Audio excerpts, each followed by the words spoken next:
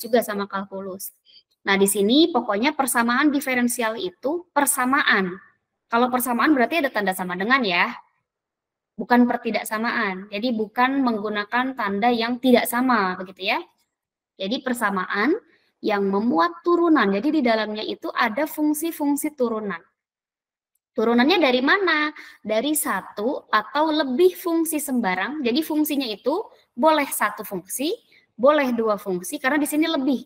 Boleh tiga fungsi, pokoknya dari beberapa fungsi itu memuat sebuah turunan atau memuat beberapa turunan gitu loh. Ya, nanti dibandingkan dengan satu atau lebih variabel bebas. Jadi saya ulangi, persamaan diferensial itu adalah suatu persamaan yang di dalamnya memuat turunan. Turunan dari mana? Turunan dari satu atau lebih fungsi sembarang. Nah, fungsi sembarang ini lebih dikenal sebagai variabel terikat. Ya, terhadap satu atau lebih variabel bebas. Jadi kata kuncinya boleh dari satu atau lebih fungsi sembarang terhadap satu atau lebih variabel bebas. Ingat, fungsi sembarangnya variabel terikat dan satu atau lebihnya variabel bebas. Jadi ada dua kata kunci di sini. Harus ada turunan dari variabel terikat terhadap satu atau lebih variabel bebas. Nah, pertanyaannya, apa sih variabel terikat dan variabel bebas itu? Yang seperti apa?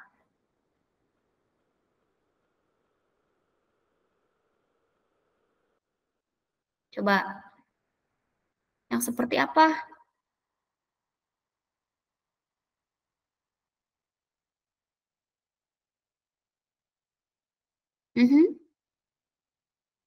Oke, kita lihat contoh. Ini notasi atau cara penulisan persamaan diferensial ada 4 ya. Yang pertama ini disebut notasi Leibniz. Pasti kalian sudah hafal ya. Dibacanya apa?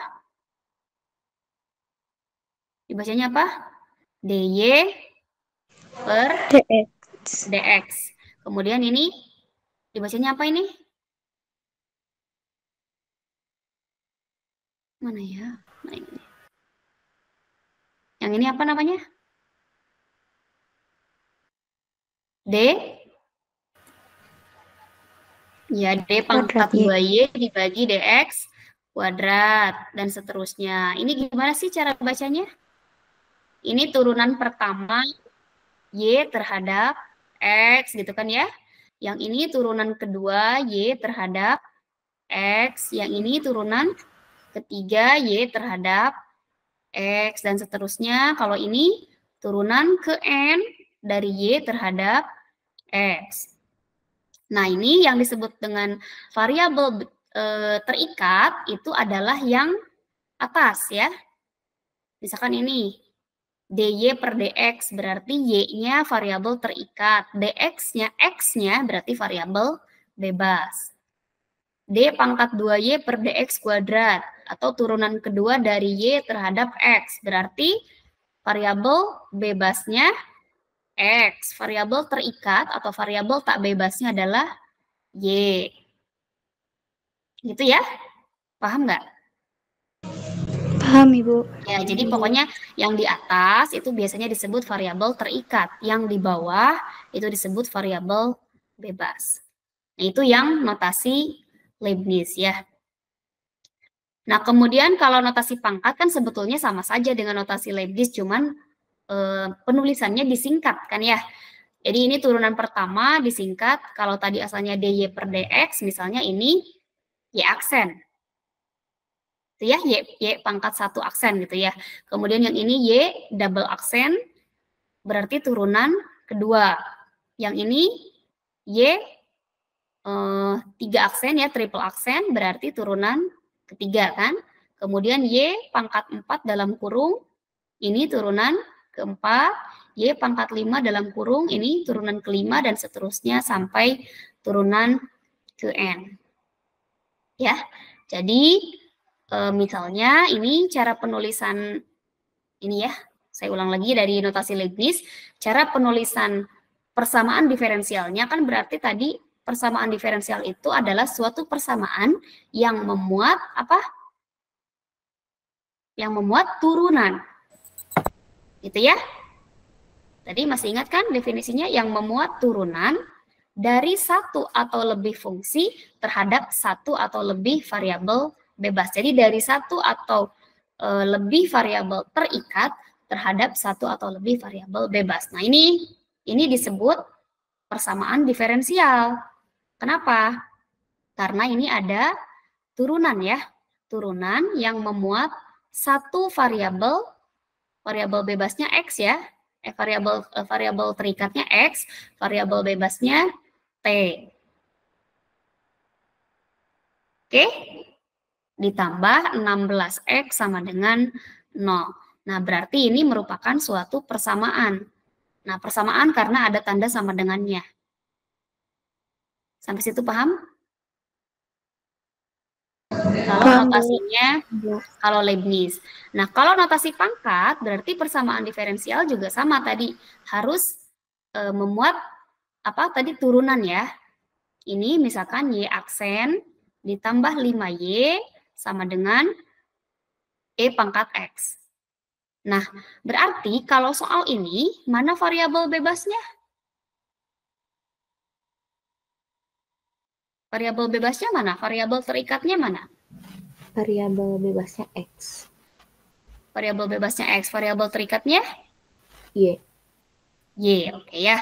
Nah, kenapa tahu X dari mana? Nah, dari sini, dari yang persamaannya ya.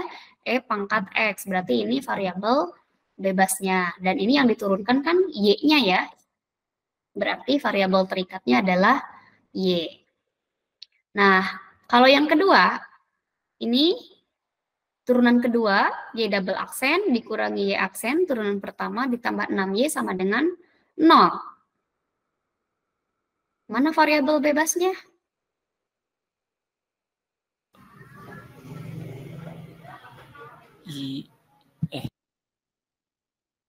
Mana variabel bebasnya dan mana variabel terikatnya? Variabel terikatnya Y ya, Bu. Variabel bebasnya?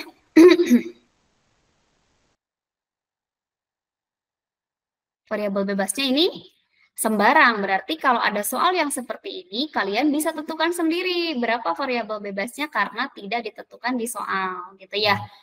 Jadi di sini kalau ada soal seperti ini, ya, berarti kan ini boleh T, boleh X, boleh Z gitu ya. Jadi ini boleh sembarang karena tidak ditentukan di dalam soalnya.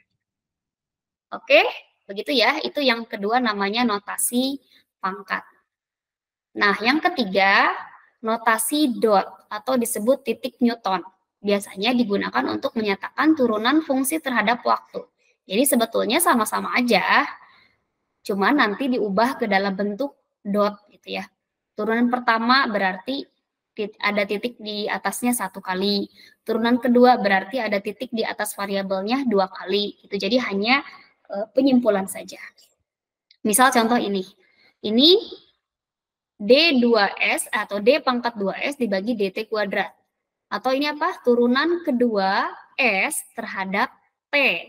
Gitu kan ya. Turunan kedua S terhadap T ditambah 3 kali turunan pertama S terhadap T sama dengan negatif 32.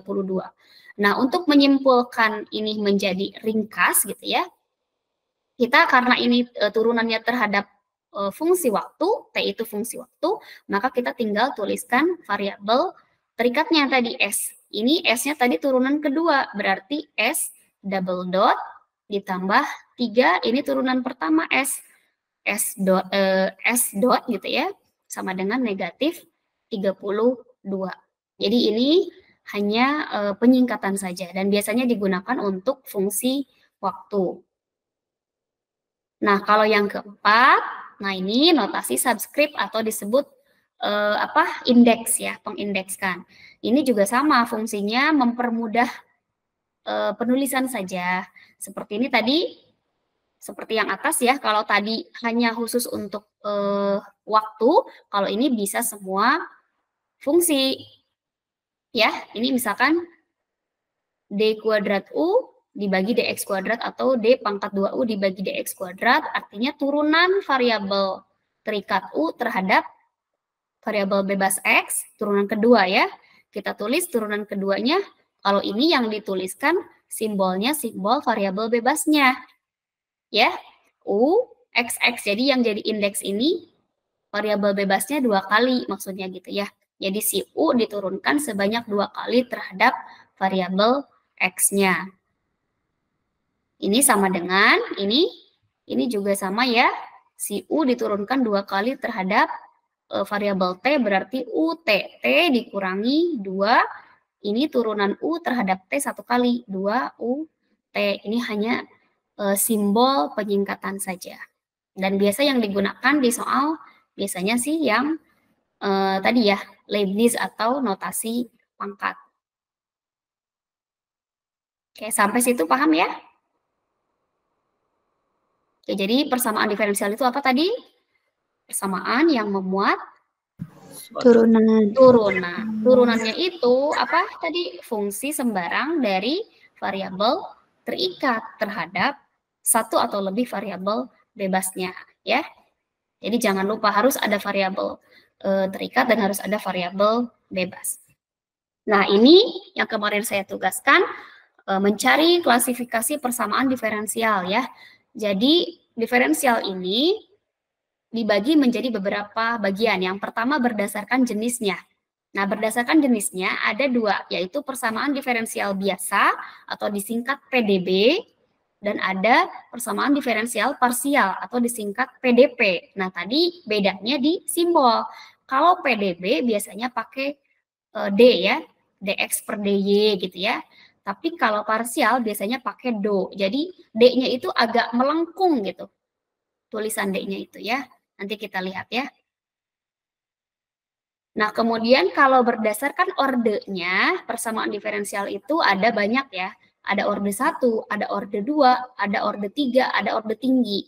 Dan biasanya dari 3 ke atas itu masuk ke kategori persamaan diferensial orde tinggi. Itu ya, itu yang nanti akan kita pelajari. Kemudian berdasarkan linearitasnya, ada persamaan diferensial linier dan ada persamaan diferensial non-linier. Nah, persamaan diferensial linier itu berarti yang seperti membentuk garis lurus, kan namanya linier ya. Jadi persamaannya juga persamaan yang membentuk garis lurus. Nah, kalau persamaan diferensial non-linier berarti persamaan diferensialnya yang keluar dari jalur garis lurus. Misalkan sinus ya. Kalau sinus kan bukan garis lurus ya, tapi kurva gitu ya. Kemudian fungsi kuadrat kan bukan garis lurus lagi, tapi kurva juga gitu ya. Atau fungsi pangkat 3 dan seterusnya. Nah, itu non linier ya. Nah, ini tadi berdasarkan jenisnya ada 2 ya. Nah, ini yang membedakan simbol. Yang pertama persamaan diferensial biasa, yang kedua persamaan diferensial parsial. Nah, bedanya di mana? Persamaan diferensial biasa ini dikatakan persamaan diferensial biasa atau PDB ini mengandung turunan biasa. Jadi turunan biasa itu turunan bukan parsial ya. Jadi bentuknya D tadi, dy per dx itu. Dari 1 atau lebih fungsi sembarang, jadi variabel terikatnya boleh 1, boleh 2, boleh lebih. Tapi variabel bebasnya hanya 1. Ini ingat, jadi persamaan diferensial biasa itu variabel terikatnya boleh 1, boleh 2, boleh lebih. Tapi variabel bebasnya hanya 1 saja. Ya, ini contoh nih.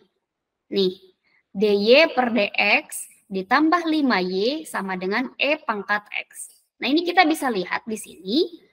Ini kan fungsi turunannya 1 ya. Variabel terikatnya y, variabel bebasnya x. Ya, jadi variabel bebasnya 1, variabel terikatnya 1. Nah, ini dikatakan persamaan diferensial biasa karena mengandung variabel bebasnya hanya 1, variabel terikatnya juga 1. Kemudian fungsi yang kedua. Ini dibacanya tadi apa? D pangkat 2y dibagi dx kuadrat, turunan kedua y terhadap x, dikurangi dy per dx ditambah 6y sama dengan 0. Nah, ini meskipun ini turunan kedua ya, 2 kali turunan, 2 kali diturunkan, tetap variabel bebasnya 1 kan ya, si x saja. Variabel terikatnya juga kebetulan 1, si y saja. Berarti ini kategorinya persamaan diferensial biasa. Kenapa? Karena dia hanya memiliki satu variabel terikat, yaitu Y, dan hanya satu variabel bebas, yaitu X. Sampai situ paham ya? Nah, kemudian contoh yang ketiga, ini bentuknya persamaan diferensialnya begini. dx per dt ditambah dy per dt sama dengan 2x ditambah y. Nah, di sini bisa kita lihat variabel terikatnya ada x, ada y. Berarti variabel terikatnya 2 ya. Tapi variabel bebasnya kita lihat dt, berarti hanya 1. Nah, meskipun di sini variabel terikatnya 2, tapi karena variabel bebasnya hanya 1, maka fungsi ini disebut persamaan diferensial biasa. Sampai situ paham ya? Jadi persamaan diferensial biasa itu tadi mengandung turunannya dari satu atau lebih fungsi sembarang atau variabel terikat dan hanya satu variabel bebas. Itu yang perlu digarisbawahi. Nah, kemudian bedanya dengan persamaan diferensial parsial atau PDP. Nah, ini lihat dari simbolnya aja udah beda sebetulnya. Kalau tadi dibacanya D, dy per dx. Nah, kalau ini dibacanya do. Nah, do itu bentuknya seperti ini ya. Coba diingat-ingat lagi, waktu kalkulus ada nggak yang simbolnya begini?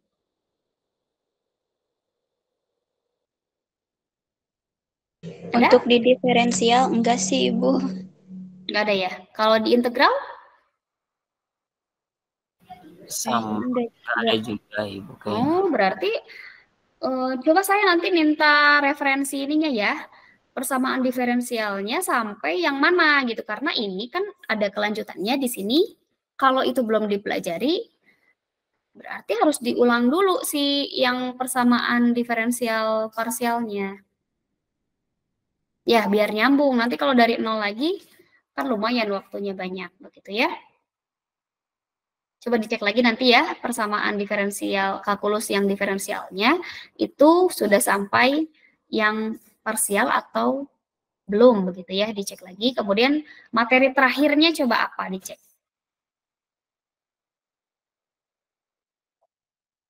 Oke ya. Nah, ini kalau persamaan diferensial parsial, ini tadi sama ya atasnya melibatkan turunan parsial dari satu atau lebih fungsi sembarang, atau disebut tadi variabel terikat. Tapi bedanya ini terhadap 2 atau lebih variabel bebas. Ya, jadi beda kan? Kalau persamaan diferensial biasa, variabel bebasnya hanya satu saja. Tapi kalau persamaan diferensial parsial, variabel bebasnya terdiri dari minimal 2 atau bahkan bisa juga lebih dari 2.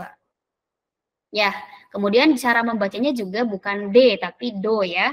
Nah, ini contohnya kita lihat do pangkat 2U dibagi do X kuadrat gitu ya. Ditambah do pangkat 2U dibagi dy kuadrat ya, atau misalkan dibacanya do kuadrat U boleh ya. Nah, ini artinya turunan parsial kedua dari U terhadap X. Ditambah turunan parsial kedua dari U terhadap Y. Sama dengan 0. Ya, jadi dibacanya turunan parsial. Nah, kita bisa lihat atasnya ternyata variabel apa ini? Terikatnya hanya satu, yaitu si U saja. Tapi variabel bebasnya ada 2 ya, yaitu X dan Y. Nah, karena dia memenuhi kategori tadi terhadap 2 atau lebih variabel bebas, maka persamaan ini disebut persamaan diferensial parsial. Itu. Tadi ada yang raise hand ya? Ada yang mau ditanyakan? Vivi izin off cam sedang menyambi kegiatan penarikan PLP 1. Oh ya, silakan. Sampai situ paham ya? Paham. Oke, kita lanjut. Ini yang persamaan kedua, contoh yang kedua ya. Do kuadrat U dibagi do X kuadrat. Sama dengan do kuadrat U dibagi do T kuadrat, atau per ya, boleh bacanya seperti apa. Kalian biasanya bacanya gimana gitu ya, boleh ya. Karena setiap buku kan referensinya banyak ya, beda-beda. dikurangi 2 do U dibagi do T atau do U per do T ya. Nah, ini juga kita bisa perhatikan ada 2 buah variabel bebas, yaitu si X dan T ya. Tapi variabel terikatnya hanya satu, yaitu si U saja. Nah, ini juga dikategorikan sebagai persamaan diferensial parsial. Ya, karena tadi memenuhi kategori ini, lebih dari satu atau lebih fungsi sembarang variabel terikat terhadap 2 atau lebih variabel bebasnya. Ya, kemudian ini contoh yang ketiga, do U per do Y sama dengan negatif do V per do X. Misal ya, nah ini juga kita bisa perhatikan, oh ini ada 2 buah variabel bebas, yaitu Y dan X. Sedangkan di atasnya juga ada 2 buah variabel terikat, yaitu U dan V. Ya, jadi ini termasuk kategori persamaan diferensial parsial. Nah, jadi perlu diingat, penulisannya ketika menyatakan persamaan diferensial biasa, penulisannya D. Tapi persamaan diferensial parsial, penulisannya do. Jadi D-nya agak lengkung ya, sedikit ke atas. Nah, begitupun dilihat dari variabel bebasnya. Ketika hanya satu saja, maka kategorinya persamaan diferensial biasa, gitu ya. Tapi kalau sudah masuk ke ranah 2 atau lebih variabel bebas, maka termasuk kategori persamaan diferensial parsial. Bisa dipahami ya?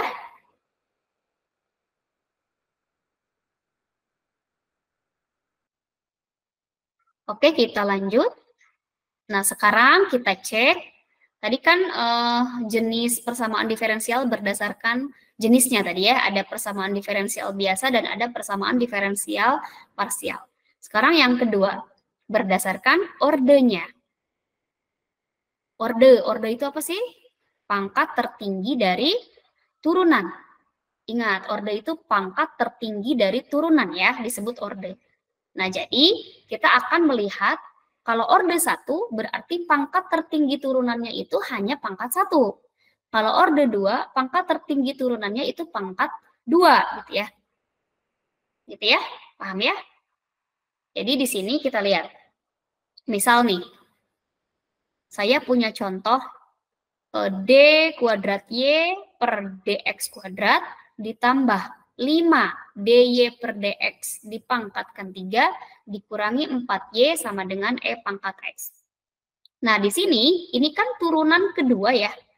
Turunan kedua dari Y terhadap X. Artinya ini memiliki orde 2. Kenapa? Karena pangkat tertinggi dari si turunannya ini, maksudnya turunannya sebanyak 2 kali kan. Jadi ordenya orde 2. Nah, tapi kalau yang ini DY per DX ini berarti ordenya 1. Ya, kita lihatnya bukan pangkatnya, bukan pangkat di atasnya ya, tapi pangkat dari turunannya. Maksudnya tuh turunan keberapa, berapa kali diturunkan gitu, itu disebut orde.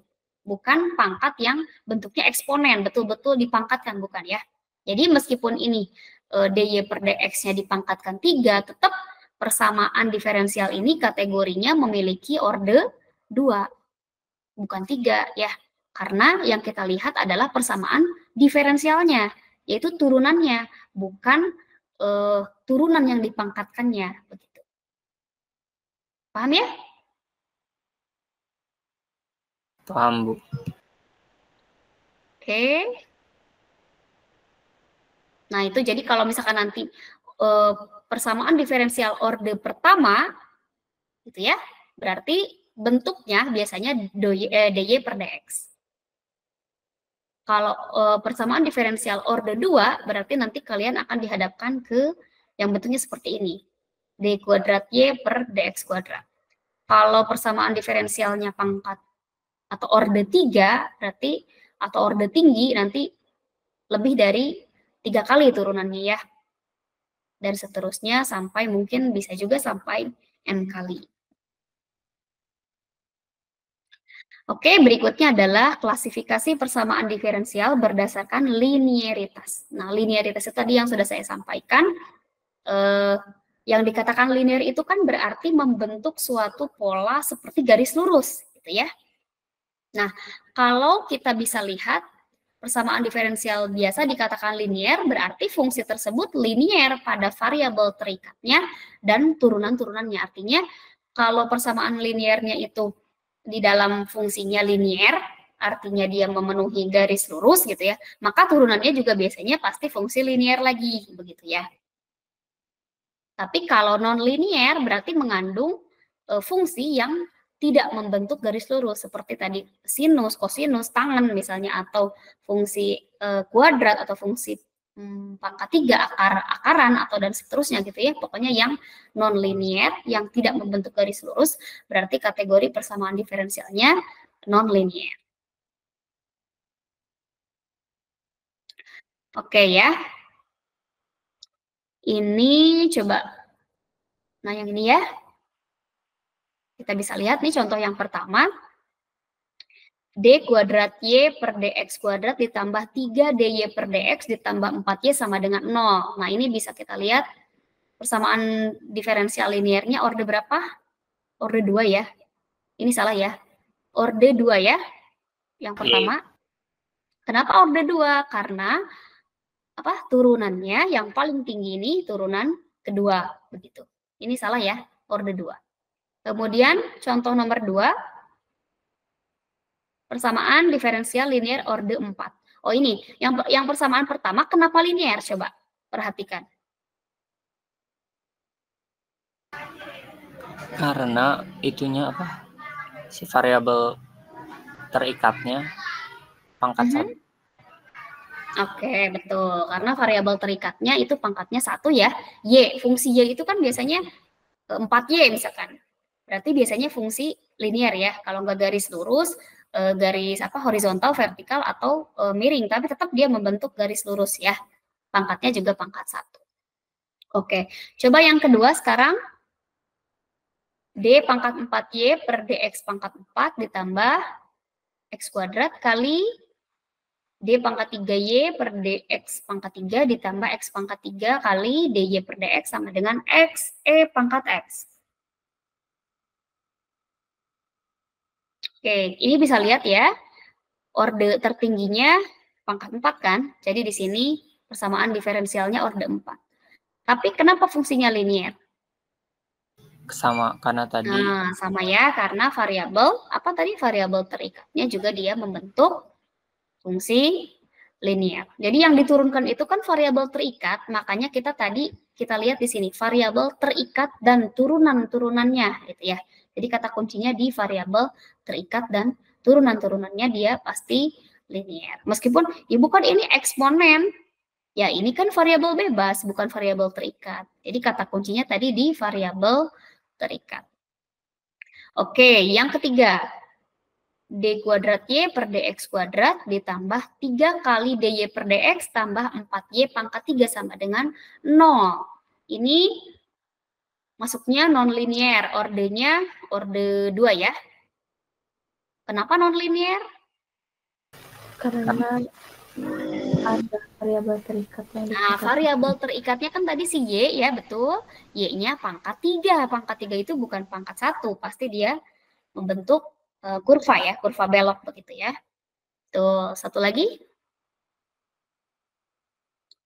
D pangkat 4Y per DX pangkat 4, kemudian dikuadratkan, ditambah X kuadrat, D pangkat 3Y per DX pangkat 3, tambah X pangkat 3 DY per DX, sama dengan X kali E pangkat X. Di sini catatannya persamaan diferensial non-linear, katanya. Ordenya 4 ya. Kenapa non-linear? Karena yang pangkat 2. Yang mana? Yang D pangkat 4Y per DX pangkat 4. Oke, ini sebetulnya turunan fungsinya linear ya, karena kan Y-nya di dalamnya pangkat 1, pasti linear. Tapi ternyata turunannya ini tuh dikuadratkan gitu loh. Nah, fungsi kuadrat itu adalah bukan fungsi linear ya. Ini, jadi keterangannya di variabel terikatnya, di turunannya, kalau ini bukan di variabel terikatnya, di turunan variabelnya itu dipangkatkan 2. Di sini kan ada catatannya tadi pada variabel terikat dan turunan-turunannya. Oke, bisa ya? Paham ya? Paham, Bu.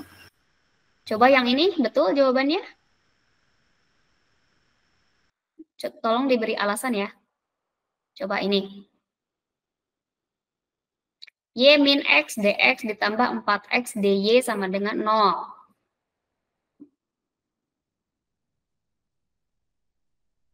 Persamaan diferensial biasa linear orde 1. Betul ya, karena ini bisa dilihat dari pangkatnya ya. Variabel terikatnya itu pangkatnya 1. Yang kedua? Betul. Betul. Ini linear juga karena variabel terikatnya juga pangkatnya 1 dan tadi orde 2 karena turunan paling tingginya adalah turunan kedua kan. Yang ketiga? Sama ya. Ini variabel terikatnya berpangkat 1 ya. Kemudian turunan tertingginya pangkat 3, jadi orde 3 ya. Nah, yang keempat,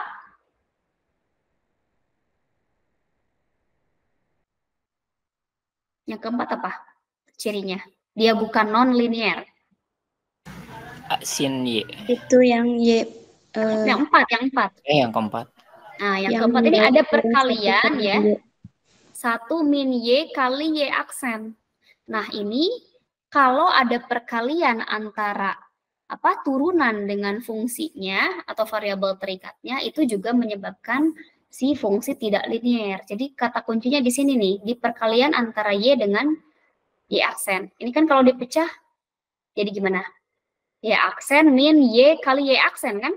Tambah 2Y sama dengan E pangkat X. Jadi kata kuncinya di sini nih, di perkalian turunan dengan fungsinya. Jadi pasti tidak linear. Kalau nomor 5, memuat tadi kurva tidak linear sinus tadi ya. Nomor 6 juga sama, memuat kurva Y kuadrat, yaitu non-linear. Oke, sampai situ paham ya?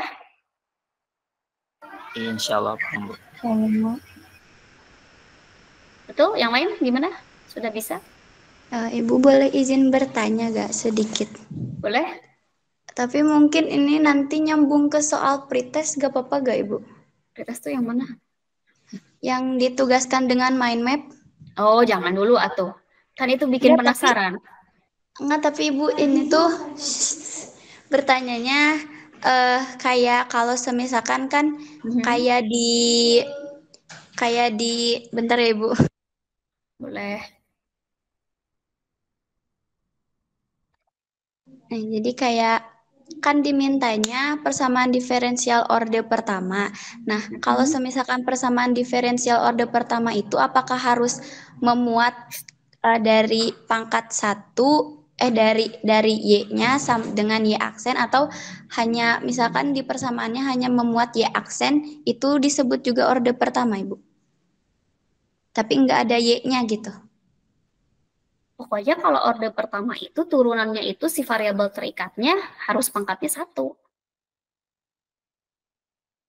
Nah, kalau semisal Ibu persamaannya orde kedua.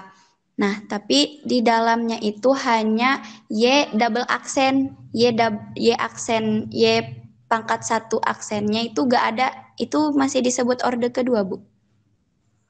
Coba soalnya gimana sih? Saya nggak bisa lihat. Soalnya yang mana? Dulu. Saya cari ya. Soal pretest bukan itu?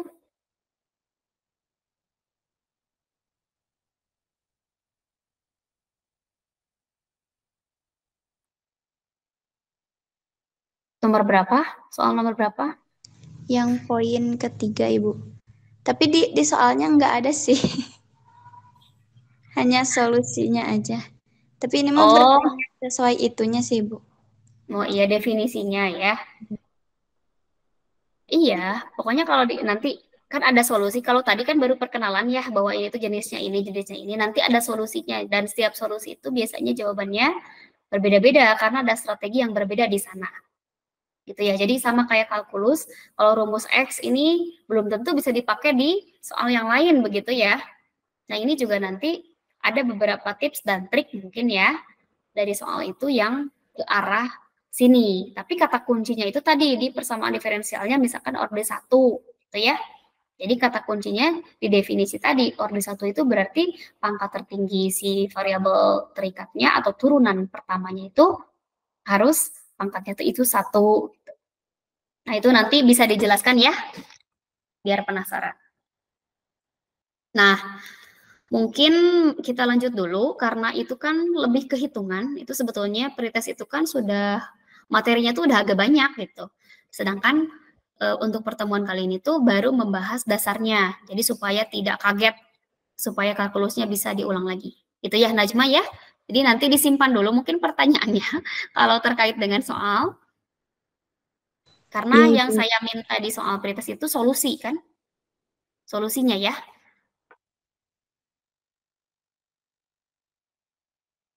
Oke, sekarang kita masuk dulu ke pengertian solusi persamaan diferensial. Apa sih solusi itu gitu kan ya? Kan nanti nyambung ke pertanyaannya Najma mungkin ya. Nanti materi-materi kedepannya itu semuanya akan bergantung pada solusi, gitu ya. Jadi bukan ke definisi lagi. Nah, solusi persamaan diferensial itu ini. Jadi solusi persamaan diferensial pada interval I, jadi ingat selalu pada interval, adalah suatu fungsi, misalkan dikatakan fungsi f, yang terdefinisi pada selang tersebut. Atau sering juga disebut selang eksistensi, selang validitas, atau yang disebut domain, daerah asal, solusi. Gitu ya. Nah, kemudian memiliki paling sedikit n turunan yang kontinu pada selang tersebut. Di mana pada saat disubstitusi ke dalam persamaan diferensial biasa, orde boleh 1, 2, 3 sampai n, itu akan menghasilkan identitas. Jadi nanti persamaan diferensial ini sebetulnya kalian akan mencari solusi seperti persamaan, sistem persamaan linear. Kan diberikan soal bla bla bla banyak, solusinya gimana? Solusinya misalkan mau pakai metode Cramer, solusinya mau pakai aturan Gauss-Jordan, solusinya mau pakai Gauss aja, solusinya mau pakai eliminasi substitusi, misal seperti itu. Nah, jadi persamaan diferensial pun bukan sama ya, analoginya mirip seperti kalian ketika mencari solusi dari sistem persamaan linear.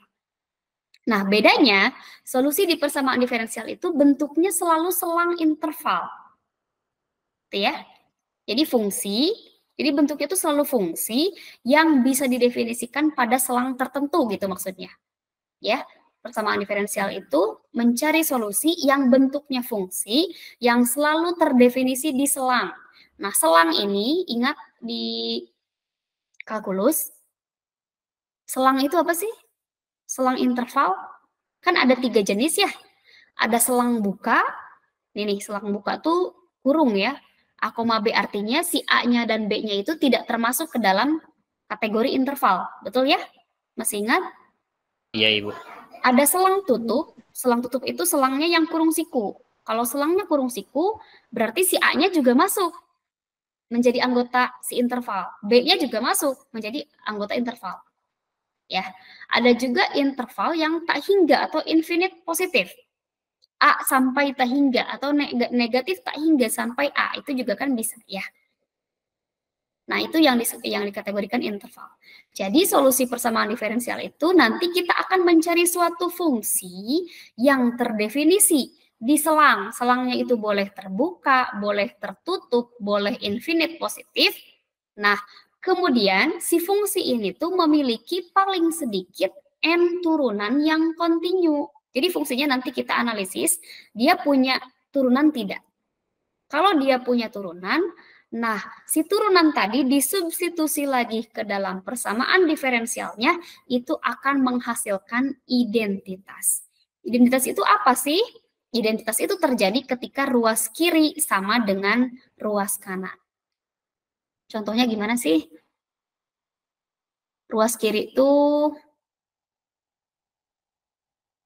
nah ini kan tadi misalkan nomor 4 ya. 1 min Y kali Y aksen tambah 2Y sama dengan E pangkat X. Nah, dikatakan identitas, kalau nanti kita masukkan fungsi yang kita cari itu ke dalam ini hasilnya itu harus E pangkat X. Jadi nanti hasilnya E pangkat X sama dengan E pangkat X. Maka dikategorikan identitas. Karena ruas kiri sama dengan ruas kanan. Itu ya. Bisa dipahami nggak kata-katanya? Jadi solusi persamaan diferensial itu kita akan mencari suatu fungsi, fungsinya itu terdefinisi di selang interval, selangnya boleh terbuka, ya, boleh tertutup, boleh juga infinite positif atau kebalikannya gitu ya. Kemudian si fungsi tadi itu memiliki paling sedikit n turunan, tergantung tadi ordenya ya. Kalau orde 1 misalkan 1 turunan, kalau orde 2 berarti 2 turunan gitu kan ya, tergantung ordenya. Di mana nanti ketika si fungsi turunan ini kita substitusikan ke dalam persamaan diferensial si soalnya atau ya, ke dalam soalnya nanti akan menghasilkan identitas. Gitu ya? Paham ya? Jadi kalau dia menghasilkan identitas, oh berarti betul fungsi itu dikategorikan sebagai solusi. Tapi kalau pas disubstitusikan hasilnya tidak membentuk identitas, maka bukan solusi. Sampai situ paham ya? Ngerti ya?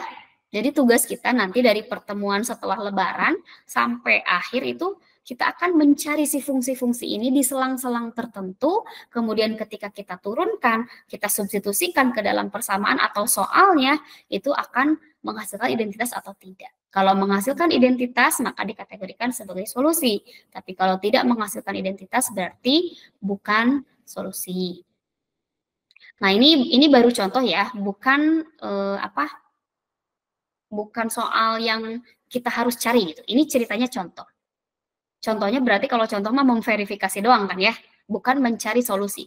Nah, untuk mencari solusi nanti ada di pertemuan berikutnya. Bagaimana mencari solusi orde 1, bagaimana mencari solusi orde 2 dan seterusnya. Nah, untuk soal ini ceritanya solusinya itu sudah dicarikan, sudah diperoleh gitu ya.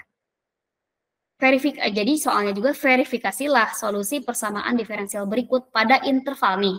Selalu ada interval. Ini intervalnya interval tadi yang infinite tadi ya. Dari negatif tak hingga sampai positif tak hingga. Soalnya yang mana? Nih soal persamaan diferensialnya adalah dy per dx sama dengan xy pangkat setengah. Berarti ini persamaan diferensial apa namanya?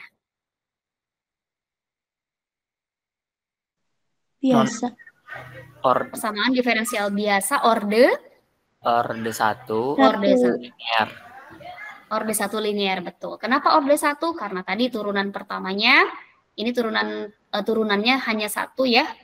Kemudian si fungsinya juga fungsi linear ya. Oh, itu linear kalau pangkat setengah. Bukan. Salah. Tadi siapa yang jawab linear? Non-linear, Ibu. Non-linear, betul ya. Jadi ini dy per dx sama dengan xy pangkat setengah adalah tadi apa? Persamaan diferensial orde 1 non-linear. Persamaan diferensial non-linear orde 1 maksudnya begitu ya. Salah tadi ya. Oke, nah di sini ceritanya ini orang sudah cari solusinya menggunakan metode bla bla bla bla gitu ya. Solusinya itu adalah diperoleh y sama dengan 1/16 x pangkat 4. Nah, kita akan cek, betul nggak ini solusi? Nah, solusi itu tadi definisinya apa? Dia merupakan suatu fungsi, betul ya? Ini fungsi ya? Iya. Fungsi yang terdefinisi pada interval tertentu. Nah, intervalnya ini kan, negatif tak hingga sampai tak hingga, betul ya? Kemudian apa lagi? Dan minimal dia memiliki turunan, begitu kan? Yang kalau disubstitusikan ke persamaan diferensialnya menghasilkan identitas. Berarti kita harus buktikan ini memiliki turunan yang nanti kalau turunannya itu kita substitusikan ke dalam persamaan diferensialnya harus menghasilkan identitas. Identitas itu apa? Identitas itu terjadi ketika ruas kiri sama dengan ruas kanan. Ya, berarti kita akan verifikasi y-nya kita tulis lagi 1/16 x pangkat 4. Nah, kita masukkan ke sini kan. Ruas kiri. Ruas kiri itu apa? dy per dx. Artinya apa? dy per dx itu apa sih? Turunan x. Turunan pertama dari y terhadap x. Berarti ini turunkan kan? Iya. Turunkan. Berarti berapa? 4, betul ya? Per 16 X pangkat 3 ya. N-1. Betul turunannya? Betul, Ibu. Oke, berarti turunannya ini 1/4 X pangkat 3. Ini namanya ruas kiri kan? dy per dx. Nah, sekarang ruas kanannya kita cek. Ruas kanan itu kan tadi xy pangkat setengah. Xy pangkat setengah. X, y-nya itu tadi ini 1/16 X pangkat 4. Dipangkatkan lagi setengah. Jadi ini berapa? X kali 1/16 pangkat setengah, 1/4 ya. 1/4 ya. Kemudian X pangkat 4 dipangkatkan setengah. X kuadrat kan?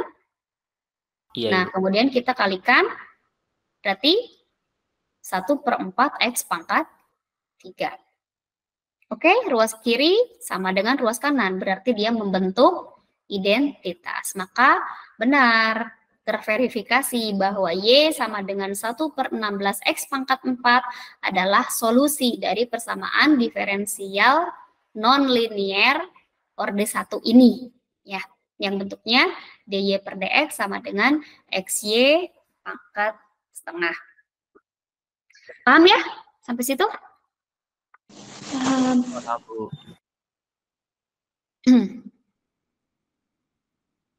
Nah, yang ini juga sama. Verifikasi ini pada interval negatif tahingga sampai tahingga ini solusinya Y sama dengan X eksponen X. Berarti sama seperti tadi ya. Solusinya kan ini fungsi turunan-turunannya. Berarti tadi minimal ada 2 turunan ya. Ini karena turunannya turunan kedua, berarti kita turunkan dulu sebanyak 2 kali. Gunakan rumus kalkulus. Nah, ini kalkulusnya dipakai. Turunan fungsi U dot V ya. U dot V apa rumusnya? U aksen V ditambah V aksen U. Masih ingat? Masih ingat ya? Iya, Ibu ya. Oke, jadi ini kan U-nya X, V-nya E pangkat X. Berarti turunannya U aksen V, ini ya, dikali V aksen U. X kali turunan E pangkat X kan E pangkat X lagi, ditambah 1 kan ini turunan X, 1 kali E pangkat X. Sampai sini, coba nanti dikerjakan coba ya. Kemudian ini diturunkan lagi. Sama, pakai rumus UV ya, U dot V. Jadi U aksen V ditambah V aksen U. Silahkan dihitung lagi, nanti ketemu X kali E pangkat X ditambah 2 kali E pangkat X atau 2 eksponen X. Ya, ini fungsi Y, ini turunan pertama Y-nya, dan ini turunan kedua Y-nya. Nah, tadi ingat solusi itu dia harus membentuk fungsi, kemudian dia juga memiliki turunan-turunan minimal N, gitu kan ya, berarti ini ada 2 kali turunan, dan ketika disubstitusikan ke dalam persamaan diferensialnya, dia membentuk identitas, yaitu ruas kiri harus sama dengan ruas kanan. Nah, kita cek ruas kiri. Ruas kiri berarti Y double aksen dikurangi 2Y aksen ditambah Y. Kita tinggal substitusi ya. Y double aksen, yang ini ya, X kali eksponen X tambah 2 kali eksponen X dikurangi 2 kali Y aksen. Berarti X, eksponen X tambah eksponen X ditambah Y, yaitu X kali eksponen X. Nah, silahkan ini mah gampang ya, tinggal dihitung, ternyata hasilnya 0. Ruas kirinya 0. Oh, ternyata ruas kanannya juga 0. Dia membentuk identitas. Maka benar, Y yang bentuknya sama dengan X kali eksponen X adalah solusi dari persamaan diferensial yang ini. Paham ya?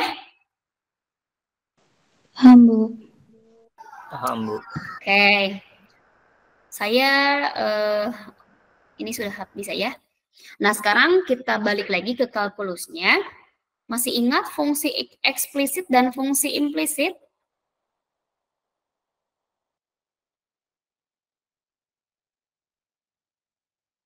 Masih ingat? Fungsi eksplisit dan fungsi implisit?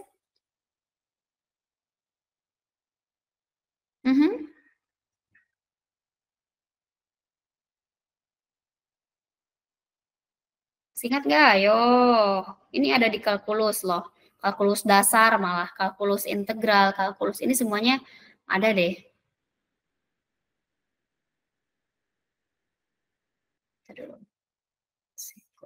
Bentar lagi.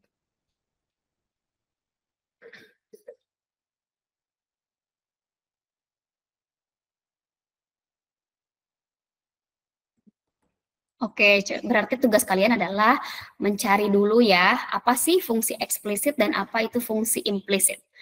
Mungkin nanti akan nyambung dengan ini ya, bukan mungkin lagi sih, nyambung dengan ini. Oke, saya akan bahas sedikit tentang ini ya, solusi eksplisit dan solusi implisit. Jadi solusi eksplisit itu berarti solusi persamaan diferensial yang fungsinya itu dibentuk dalam bentuk fungsi eksplisit. Apa sih fungsi eksplisit itu?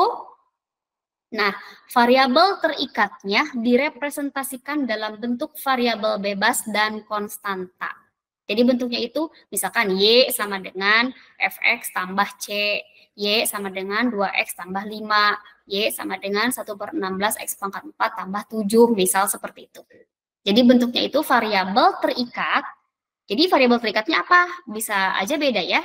Bisa X, bisa Y, bisa Z. Tapi bentuknya ingat, variabel terikatnya yang direpresentasikan dalam bentuk variabel bebas dan konstan. Contohnya yang tadi, yang barusan kita kerjakan ya. Ini fungsi Y sama dengan 1/16 X pangkat 4 merupakan penyelesaian dari persamaan diferensial yang bentuknya dy per dx sama dengan xy pangkat setengah. Tadi sudah kita verifikasi. Dan ini merupakan solusi eksplisit. Jadi Y sama dengan 1/16 X pangkat 4 adalah solusi eksplisit dari persamaan diferensial dy per dx sama dengan xy pangkat setengah. Bisa ya? Nah, kalau solusi implisit berarti kebalikannya ya. Yang bentuknya dalam bentuk persamaan biasanya. Jadi tidak dalam bentuk variabel terikat.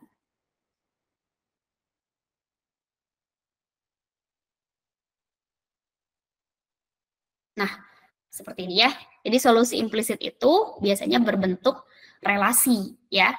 Jadi ada variabel X-nya, ada variabel terikat Y-X-nya, dan biasanya sama dengan 0 atau sama dengan pembilang apa ya, konstanta gitu ya, pada interval I yang paling tidak memuat satu fungsi Y yang memenuhi persamaan diferensial tersebut. Nah, contohnya ini, X kuadrat tambah Y kuadrat sama dengan 25. Ini kan relasi ya, dari X dan Y gitu ya. Ini kan sebetulnya fungsi lingkaran. Fungsi lingkaran yang berjari-jari 5 kan. Nah, ini merupakan solusi implisit dari persamaan diferensial ini. Ini contohnya. Jadi kalau solusi eksplisit bentuknya adalah variabel terikat ya, yang direpresentasikan dalam variabel bebas dan konstanta. Kalau solusi implisit yang direpresentasikannya dalam bentuk relasi. Jadi ada variabel X-nya, ada variabel terikatnya atau variabel bebasnya, kemudian ada konstantanya. Boleh seperti ini atau bisa juga dalam bentuk 0. Misalkan X kuadrat tambah Y kuadrat dikurangi 25 sama dengan 0, itu juga boleh ya. Nah, itu contohnya. Cara verifikasinya sama ya seperti tadi, cuman kita ubah dulu ke dalam bentuk eksplisit. Jadi kalau solusi implisit, jadi agak ribet, harus diubah dulu ke bentuk eksplisit ya.